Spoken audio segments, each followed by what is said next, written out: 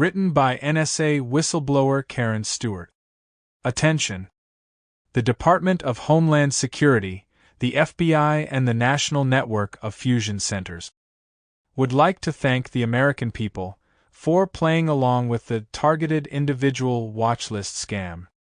For all the success our 911 inside job attack was, our plan to hoover in millions of Muslim immigrants immediately after that, to provide an excuse to become a police state, did not pan out.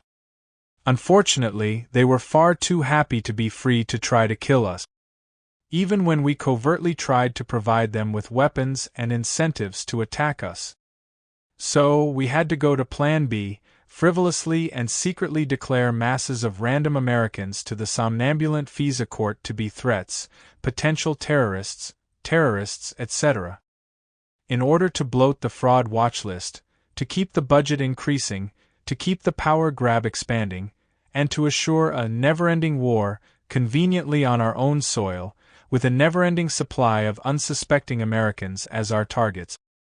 We have enticed and induced entire communities to secretly and constantly defame, stalk, harass, harm, and kill their own innocent neighbors for an obscene cut of the police state pie, with little regard for breaches in due process, subversion of law, nor concern for the constitutional rights and protections of their targets, nor even the complete innocence of the targets or the flimsy nature of the accusations against them.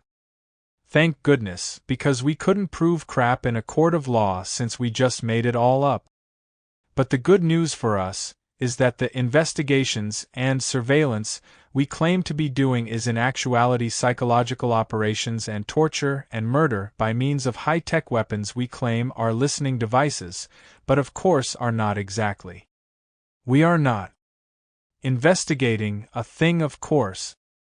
Rather, we are eradicating and monetizing excess, expendable population, training up a class of covert sociopathic citizen assassins to blindly do our bidding, subverting the Constitution in favor of sophisticated and organized criminal predation and human trafficking, and making boatloads of money exterminating Americans with their own tax dollars.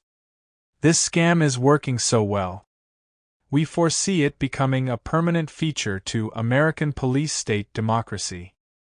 Unless something wildly unlikely happens, like Trump, or another strong pro-America patriot ever gets into power, but we have taken steps to make sure no election of a non-deep state minion ever happens again. We certainly learned our lesson in 2020. Popular elections put the wrong people in power who undermine our insanely lucrative plans. After all, we cannot count on large numbers of greedy, gullible Americans selling out their country, only a select few like those who now help the FBI fusion centers covertly prey on decent Americans for money.